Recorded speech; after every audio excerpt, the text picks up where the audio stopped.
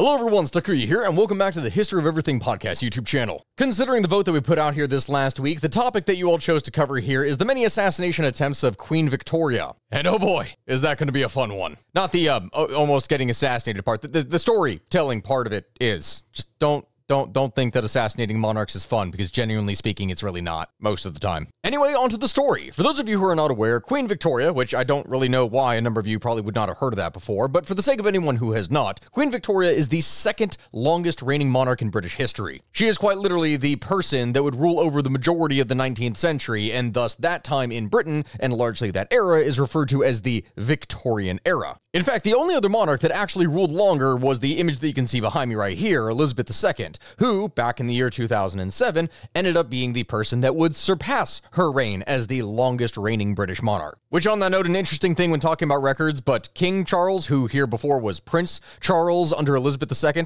he also broke a record, and that was being the person who had to wait the longest in order to actually take the throne. Like, he was the longest heir in British history. And boy, doesn't he just look so proud of that. But weirdly enough, when we were talking about Queen Victoria, and subsequently from that, the assassination attempts, she probably wasn't supposed to be queen in the first place. Like, it was only through a series of specific events that she ended up becoming queen, because when she started things out, she was actually fifth in line for the throne. So not only was her ascending to the throne in the first place kind of unlikely, but considering how many times people tried to assassinate her, which was 8, mind you, it seems just as unlikely from all of that she would have maintained the throne in the first place. But again, you all know how things work here on this channel. Before we go into those assassination attempts, we have to provide a little bit of background so that you understand the context in which, well, these attempts would come into play. So Victoria was born at Kensington Palace on May 24th, 1819, the only child of Edward, who was Duke of Kent, the 4th son of George III. At the time of her birth, Victoria was, as I said, 5th in line for the throne. Christened with the name Alexandria Victoria, Princess Victoria of Kent would spend most of her childhood at Kensington Palace as well as Claremont, and Victoria's father would end up dying only 8 months after she was born. Her grandfather, King George III, would end up dying 6 days later. Her uncle, the Prince of Wales, would then inherit the crown, becoming King George IV, but then he too would also die childless when Victoria was only 11. This meant the crown would then pass to her brother, who would become King William IV, and then subsequently from this, when King William IV would die on June 20th, 1837, Princess Victoria would from this become queen at the age of 18. She was described then at the time as being a very studious, thoughtful, accomplished, serious, and quiet, but very cheerful girl. And yeah, that's how the young monarch came to be. Victoria was then crowned at Westminster Abbey on June 28th, 1838. And then after the ceremony, there was a whole bunch of fireworks and a fair that would occur at Hyde Park. It was fun for the whole public, and also at the same time that all this was going on, most of the theaters that were in the city at the time were open that night for free to just people of the public. It was a pretty good time for them. Following these events, the Queen would subsequently take charge, and within around a year and a half, she would end up getting married, with the person that she was going to marry being the guy that you can see behind me right here, Prince Albert of Saxe-Coburg-Gotha, an individual who would arrive in London on October 10th, 1839, and he was actually the Queen's first cousin, someone who had grown up together with the Queen, and they were actually pretty close friends from a young age. Fast forward just a little bit of time, and then on February 10th, 1840, the couple would get married, and from then on, live a pretty happy life, at least while he was still alive. We're not exactly getting into that in this video, but he would later die in 1861, but that's kind of spoiling things here, so to speak. If you want a video on that, then let me know here in the comments, because it is actually a very interesting thing for the Victorian era. Anyway, that all being said, the entire thing was very nice. Queen Victoria was very nice. From the very beginning, she was a pretty popular queen, at least with the majority of her subjects. Most people really liked her, but, well, some people did not, and those are the people that we're going to be talking about right now. The first attempt on Her Royal Majesty's life was going to be done by this guy, Edward Oxford, back in the year 1840, as in, like, yeah, shortly after her and her husband had gotten married. You see, my friends, only 4 months after the royal wedding, the Queen and her husband, Prince Albert, would regularly go on carriage rides through Hyde Park, the thing that we previously mentioned that the fair and whatnot had taken place in. It was just generally a nice, enjoyable thing that they regularly enjoyed doing, just something to relax and see the people and country. But as they were leaving Buckingham Palace, as they were just 100 yards outside of the gate, the incident would then subsequently happen. Albert at the time had apparently noticed that there was a, quote,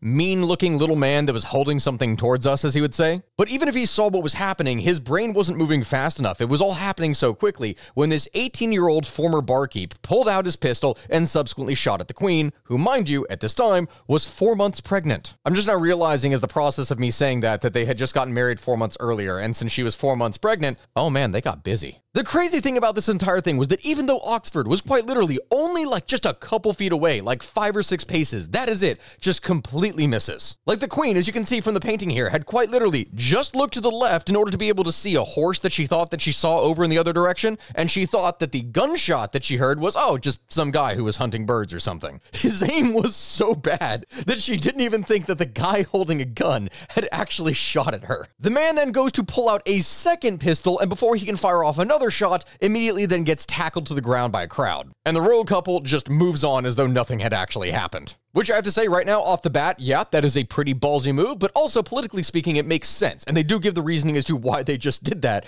instead of turning around and going home. As the prince would say in his diary later, quote, "We took a short drive through the park, partly to give Victoria a little air, and partly also to show the public that we had not on account of what had happened, lost all confidence in them." Basically, they wanted to continue along the way. It's like, guys, no, hey, guys, everything is fine. Don't worry. Listen, she just needs a little air after getting shot at. That's all. It's fine. Guys, don't worry about it. We know it's not your fault. It's just some crazy dude. It's fine. And hey, it worked. Her popularity, which was already pretty decent by that point, skyrocketed after this. And as for why Oxford even tried to do this in the first place to the Queen, we can't really say for sure. He seems to have done it for notoriety, in order to try and get famous or to do something, because the man was kind of crazy, and he wanted to do something to get his name out there. He was a very angry man who hadn't exactly done well in life and had been fired from multiple positions before. For, as you can probably guess it, erratic behavior.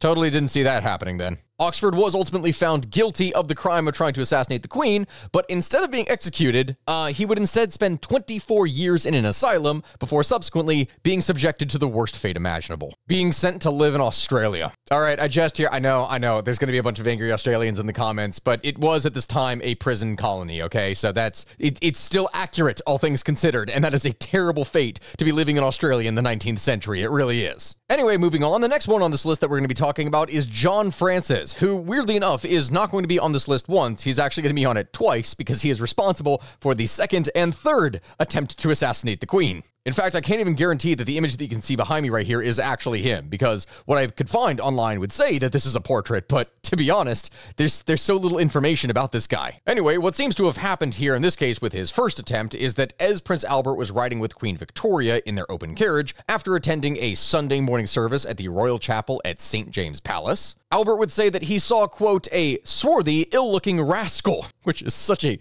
funny term to go ahead and describe someone as, who was standing astride and pointing a flintlock pistol in their direction. He watched as the man went to fire his pistol, and then can you guess what happened? Nothing. It failed. It failed to fire. The gunman then had to subsequently tuck his pistol into his coat and bolted for it. He ran. This was an incident that would occur on May 29th, 1842.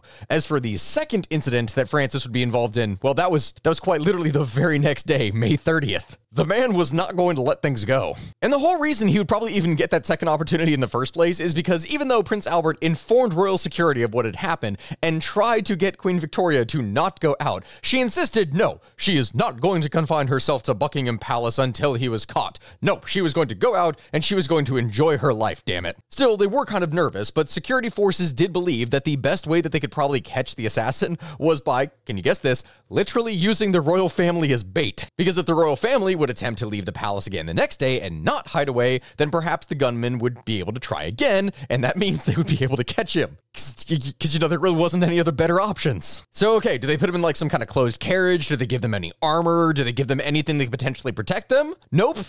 Just royal family goes out in an open carriage, wide open target. Just literally anyone could take a pot shot at him. Once again, we would have a quote from Prince Albert about the whole incident when he would write a letter to his father, and it would say, quote, "You may imagine that our minds were not very easy. We looked behind every tree, and I cast my eyes round in search of the rascal's face." Like, they know that he's out there. They're just still going forward with it anyway. And while security forces who have a description of the suspect are going around in plainclothes trying to find said subject in the crowd, all of a sudden a shot rang out from only like 5 paces away from the carriage. Once again, it was Francis, and he had somehow managed to get even closer, and yet still somehow magically managed to miss his target, and security forces had missed him. This time though, he wasn't going to get away, as security forces would then subsequently tackle him, and he would actually then be arrested. Of course, with everything that he had done, he was most certainly found guilty, and initially was actually sentenced to hang, but the Queen ended up commuting his sentence to instead banishment for life. And can you guess? Can you guess where he was banished? Can you guess what happened to him? Banished to Australia.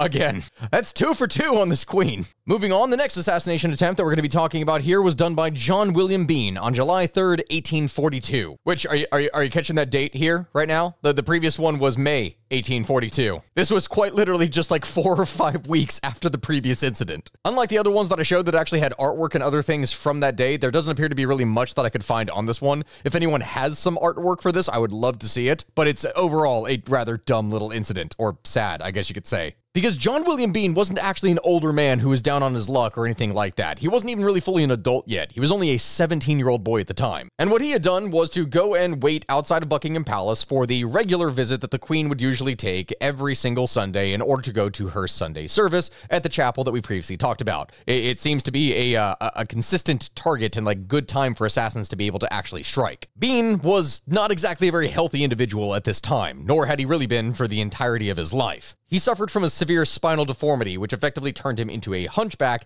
and left him a measly 4 feet tall. In constant pain and unhappy with his life, what he had done was push his way to the front of the crowd that was lining the way for the Queen, and then subsequently tried to pull out a pistol from underneath his coat and shoot at her. As for why he did any of this in the first place, it seems that the guy was just really depressed. He was really sad. He was really mentally ill. He just didn't know what else to do with himself. And so he seemed to hope that by trying to assassinate the Queen, or at least appear to, that this means that he would get a new life in prison and that he would at least be known for something, that something about his life would be different. But like many other circumstances that we've already talked about in here, when he went to pull the trigger to fire at the Queen, the gun didn't fire. A bystander would subsequently try to grab him, but he would manage to slip out of that grip and escape, at least temporarily. It wouldn't necessarily be for long, though, because that night, London's police would go around rounding up all of the city's hunchbacks, which is a very interesting dynamic that they could just go and merely do that, which seems highly discriminatory. Of course, it is, yes. But it was effective, because in doing this, they did discover Bean just at his family home. After being captured, he would subsequently admit to everything, except simultaneously, at the same time, he would say that no, the Queen was never actually in any danger. That what he had done was that he had loaded the pistol with tobacco,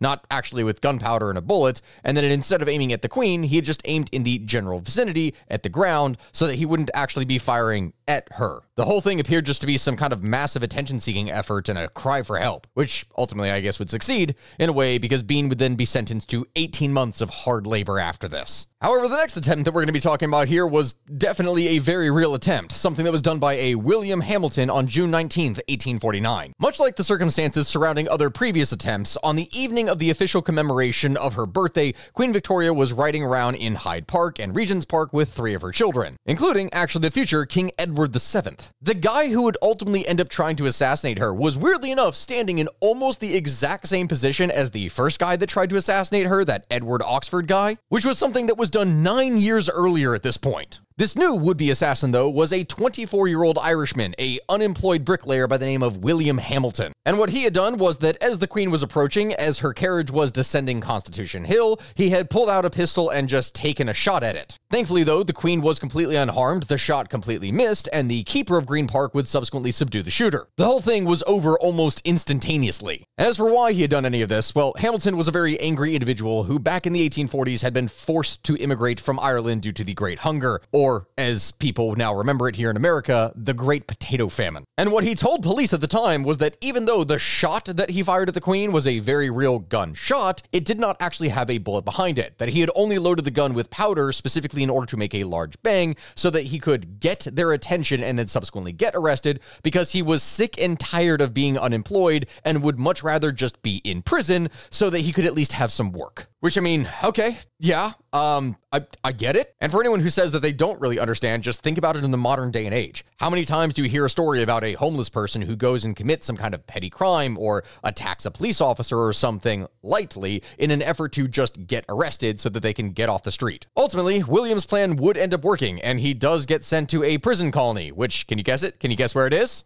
Nope, not Australia this time. Gotcha. He instead gets sent to a prison colony in Gibraltar. Yeah, no, I know I tricked you right there. So, I mean, really, not the worst fate then. The next assassination attempt, if you actually want to even call it an assassination attempt in the first place, was something that was done by Robert Pate on June 27th, 1850. And among all the things that you can say here from this entire list, this is definitely the weirdest one, because I'm not even sure if, technically speaking, this counts as an assassination attempt, even though among all of them, this was actually the most successful one. Because the guy that you can see over here on the side, the one who is holding the stick or the cane in his hand, that right there is Robert Pate. And this was a guy who had formerly been a British Army officer, and after he served his time in the military, he just appeared to go incredibly crazy and just descend into utter lunacy. He was actually a fairly well-known figure to the people of London as well as the Queen, because one of the things that this guy would regularly do, being seen by everyone around him, is that you could just see him goose-stepping around Hyde Park where everyone was going. And you have to remember that the Queen was regularly taking rides through it in the first place, so she saw this guy all the time. And as for what happened, well, it appears that on one of her little outings, Queen Victoria and her 3 children were going to visit her dying uncle,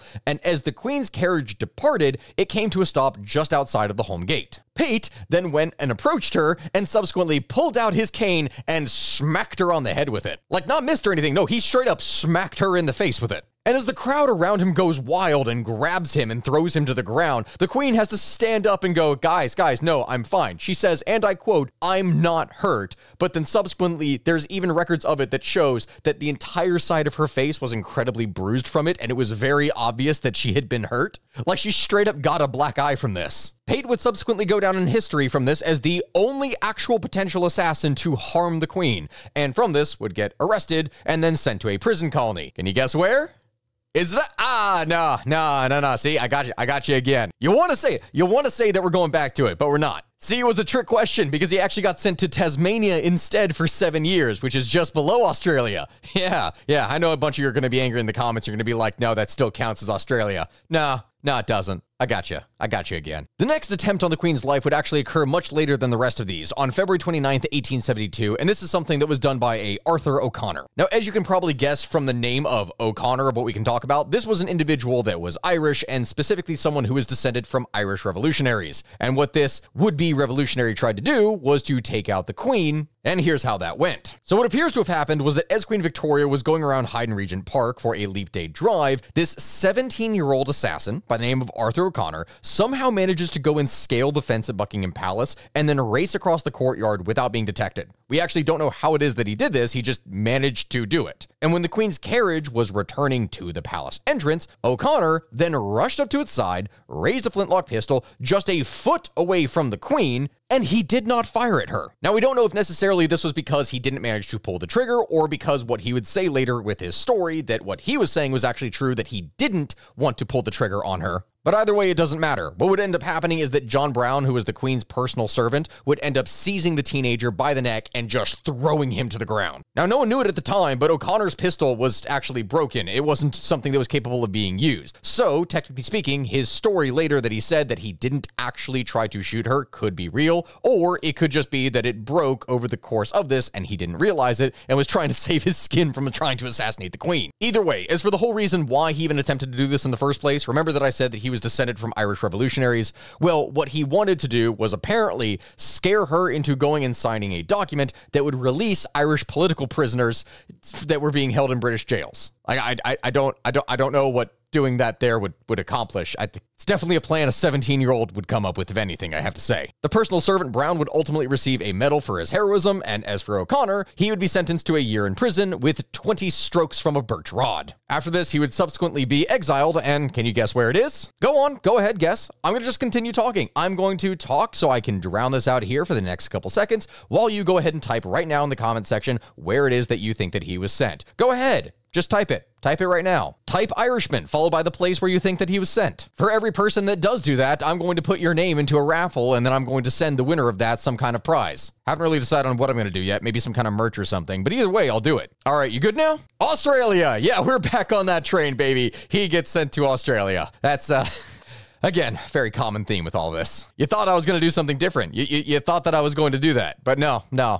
he does get sent to Australia. And that, my friends, will bring us to the final attempt on Queen Victoria's life, the 8th attempt, which was done by Roderick Maclean, an individual who would attempt this on March 2nd, 1882. And this one, I have to say, is overall a relatively funny story because it really does highlight the height of the popularity that Queen Victoria would achieve in the later half of her reign after she subsequently removed herself from the self-imposed isolation that she had done after her husband died. Anyway, my friends, the story of the final shot that was taken at Queen Victoria seems to have come about as her carriage was departing from Windsor Station after she had arrived by train from London. And at the time that she was doing this, there was actually a number of people who were gathered there. There seems to have been a large number of boys who were attending the nearby Eton College, and they were there celebrating and cheering on the Queen as she arrived. It is while all of this is going down that a person inside of the crowd would ultimately try to go forward and shoot the Queen. And as she would later write, quote, "At the same time, there was the sound of what I thought was an explosion from the engine. But in another moment, I saw people rushing about and a man being violently hustled, rushing down the street." And that whole observation comes about because what appears to have happened is that the 28-year-old Robert Maclean had rushed forward with a pistol, tried to shoot the Queen, missed, and then was immediately beaten to a pulp by all the boys of Eton, who pulled out their umbrellas and proceeded to just smack the ever-loving crap out of him. And after being beaten to an utter pulp, the man was subsequently arrested and then sent to prison. Maclean would ultimately from this incident actually be found not guilty, but he was only found not guilty by virtue of insanity, and would then from this spend the rest of his life in an asylum. And so why was this man declared insane, you may ask? Well, apparently the issue that he took with the Queen and the reason why he tried to shoot her is because he was an aspiring poet and he got a curt reply from the Queen regarding some of his poetry and he didn't like that response. So his answer was that he was going to try to kill her, I guess. Yeah, because that makes total sense. And so Victoria was actually outraged when she found out that this guy was going to be found not guilty by virtue of insanity. To her, that was total crap, but she would at least say from this that she was very pleased with the show of loyalty from the people around her, that it really made her feel loved by the public because, quote, "It was worth being shot at to see just how much one is loved." And that, my friends, was the final assassination attempt on the life of Queen Victoria. My friends, thank you very much for watching. This was a very fun episode to create. I love little dumb events in history and all the interesting ones and all these crazy little things. If there are other interesting topics like this, things that aren't necessarily a longer deep dive that you would like to have created, then by all means, let me know. Because I know that sometimes when I spend all this time, energy, and effort creating a longer video, it doesn't necessarily mean that people are actually going to be watching it. And so I want to make sure that the time that I'm using is filled with stuff that you all actually want to see. So please, by all means, continue to give me your suggestions. I'm not going to just blow those off like I did in the previous thing. But guys, again, come on. From that poll, I know Habsburgs didn't win. I know this is the one that everyone wanted to see, but I had my heritage as a sponsor. So what else did you expect me to do with that? Just talk about Queen Victoria and her cousin marriage? Nah, man. Habsburgs. It was too perfect. But if you have not seen that video, then I'm going to go ahead and leave a link to it right here. And I will also say, as I leave you, to please remember to like, comment, and subscribe. Thank you all very much, and I will see you all next time. Goodbye, my friends.